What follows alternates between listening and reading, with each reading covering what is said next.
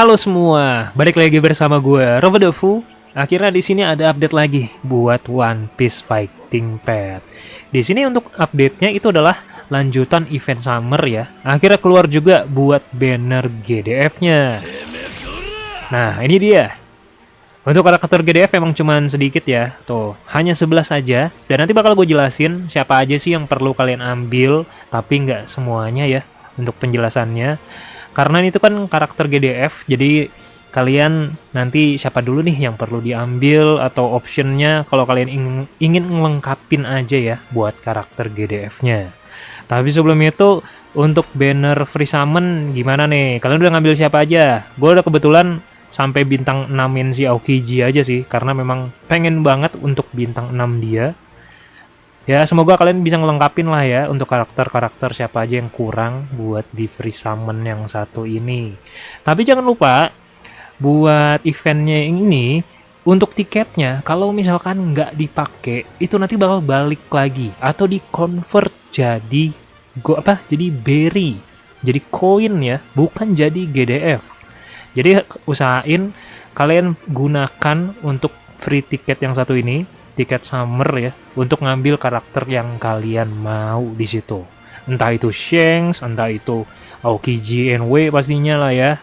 Dan karakter-karakter lain yang mungkin kalian ingin lengkapin di situ. Nah, kalau misalkan untuk karakter GDF yang satu ini, dia ini pakai GDF pastinya dan tiketnya itu warna merah.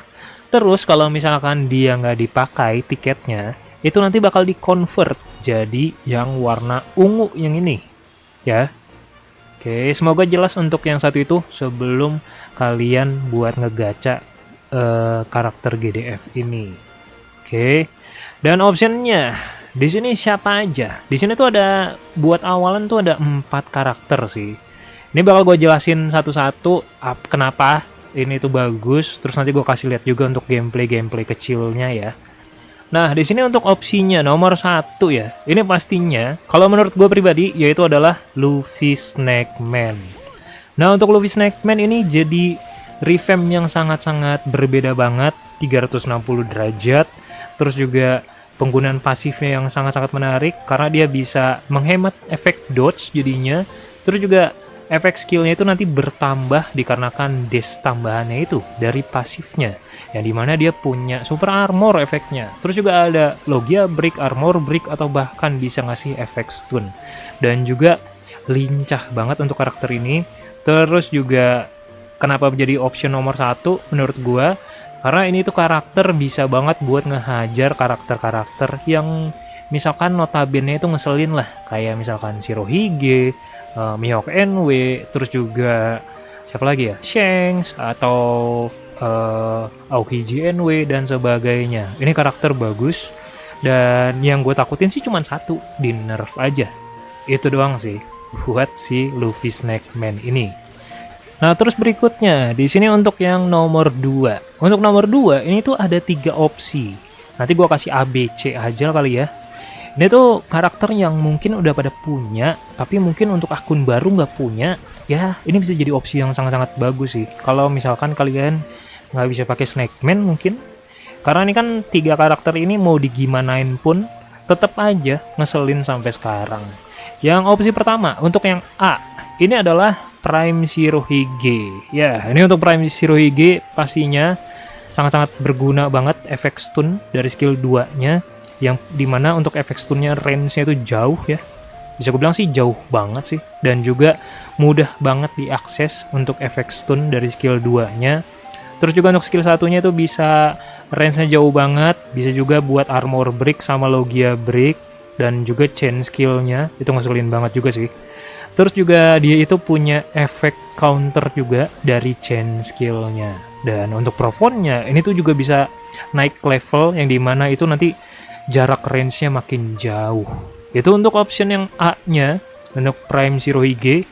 Terus untuk yang option B-nya itu ada Mihawk NW. Nah, ini pastinya ya karakter langganan di band ya untuk ranking. Mau di nerf juga gimana pun, ini masih tetap hidup sampai sekarang, sama kayak Shanks. Ini karakter dari skill 1-nya itu ngeselin banget, bisa bikin freeze. bisa meniadakan semuanya kalau misalkan kena. Terus juga untuk skill counternya dari skill 2-nya mau di nerf gimana pun masih juga solid sampai sekarang ya. Dan juga chain skillnya itu kan dia agak apa ya, mulai bagus lah waktu itu. Cuman gue nggak tahu sih waktu itu di nerf lagi atau enggak ya. Tapi ini ya jadi option yang sangat-sangat pasaran lah ya, pasti pada punya seenggaknya, atau mungkin yang nggak punya kalian harus punya juga sih untuk yang satu ini. Untuk kedepannya sih pasti masih hidup sih, karena kalian lihat aja dia di nerf gimana pun masih tetap ada, banyak yang make juga untuk si Mihawk NW. Terus juga untuk option yang C-nya itu adalah Katakuri. Untuk Katakuri ini tuh yang gue perhatiin sih ya pastinya dari Profone skillnya, sama skill grab-nya dia, sama skill satunya dia, karena kan itu jaraknya lumayan jauh ya. Tapi untuk Profone skillnya sih pastinya yang kalian incer, karena untuk Profone skillnya itu damage-nya sakit banget, dan juga range-nya tuh lumayan banget ya buat si karakter ini. Dan juga ngeselin sih kalau misalkan dia udah kombonya jalan terus dan udah masuk zone playernya. Nah itu udah kalian wanti-wanti kalah aja sih sama karakter ini. Apalagi skill grab-nya itu ya lumayan jauh sih, cuman nggak sejauh waktu yang sebelum di nerf sih ya untuk si Katakuri. Jadi 3 karakter itu ada si Prime Shirohige, Mihawk NW, sama Katakuri. Untuk yang nomor 2-nya. Nah, terus untuk yang berikutnya nomor 3. Untuk nomor 3 sih semua karakter yang tersisa sih. Karena kan ini untuk nomor 3 mungkin ada kekurangannya sedikit. Tapi kalau misalkan kalian ahli atau bisa mahamin karakter itu, ya pasti kekurangannya bisa ditutupin sih.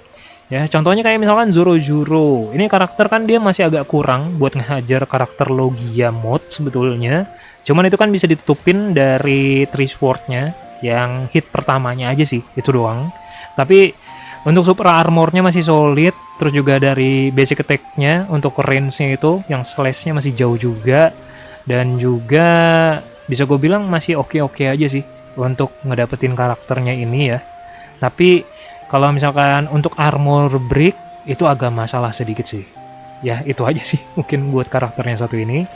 Terus untuk yang berikutnya dari Prime Rayleigh. Nah ini kebetulan gue udah lama banget nggak mainin. Akhirnya gue cobain lagi tadi sebentaran. Ini masih enak loh. Gampang banget nge-counternya. Terus juga nge-grab musuh setelah perfect ini ya, apa namanya, perfect counter, itu masih enak banget. Cuman masalahnya masih sama aja sih pastinya. Untuk ngehajar Logia mode, kalau misalkan dia nge-counter, itu kan nggak bisa di-grab sama dia. Cuman itu bisa dihajar pada saat pakai aura merah yang si chain skill 1 sama chain skill 2 yang maju aja pedangnya. Itu masih bisa nutupin sih buat karakter ini. Terus juga apa ya, card skillnya juga masih oke. Masih ada super armornya, jadi bisa gue bilang masih mantep lah ya. Ini kalian bisa lihat gameplaynya seperti itu. Terus contohnya yang lainnya di sini untuk Yamato. Nah di sini Yamato gue nggak bikin videonya sih. Cuman untuk Yamato kekurangannya sih satu, karena chain skill yang satunya itu, yang listriknya itu udah agak kurang banget, nggak bisa auto lock benar-benar ke musuh. Tapi dia masih lumayan dari jarak serangannya. Terus juga untuk super armornya dari yang skill 2 itu masih oke. Dan kalau misalkan untuk yang sekarang Yamato ini tuh kalian harus gonta-ganti banget sih. Nggak bisa satu stay mode di listrik aja, tapi harus gonta-ganti ke listrik mode, kalau nggak ke yang ice mode.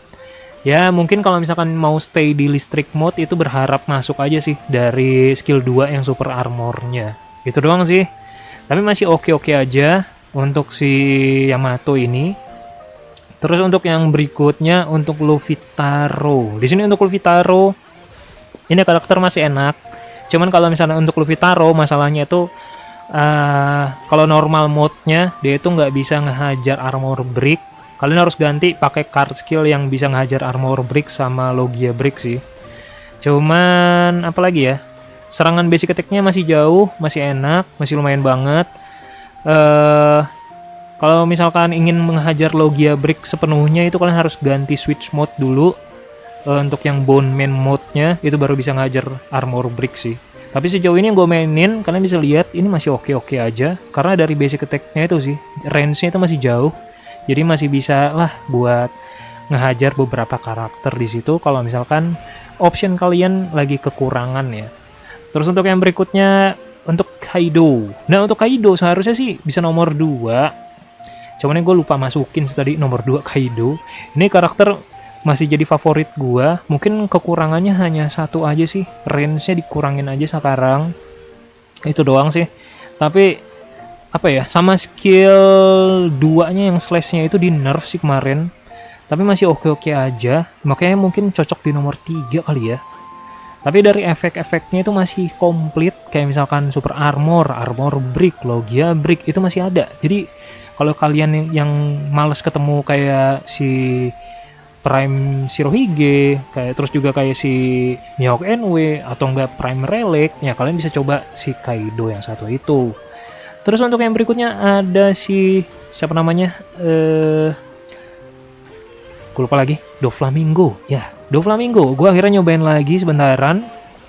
Untuk Doflamingo, feel-nya sih setelah gue mainin ya, ini masih oke, cuman nggak terlalu oke banget sebetulnya. Kan dia kan intinya sih skill satunya harus kena, atau enggak skill 2-nya harus kena, baru bisa benar-benar kerasa yang dia langsung loncat pakai super armor ya pas dia di udara.